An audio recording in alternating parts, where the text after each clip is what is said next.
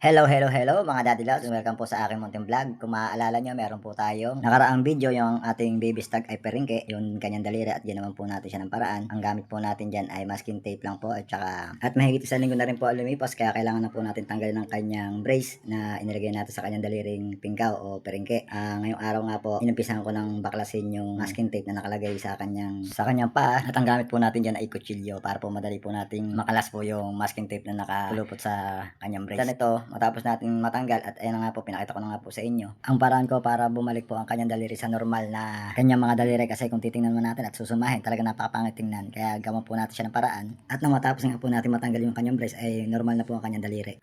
Normal na po yung kanyang daliri at nakakatakbo na po siya ng ayos. At dito na po nagtatapos ang aking munting video at maraming salamat po sa mga nanonood at sana po meron po kayo natutunang aral o diskarte sa ating mga piringking daliri. Salamat muli. Ako ang inyong Daddy Lods. Focus lang sa go.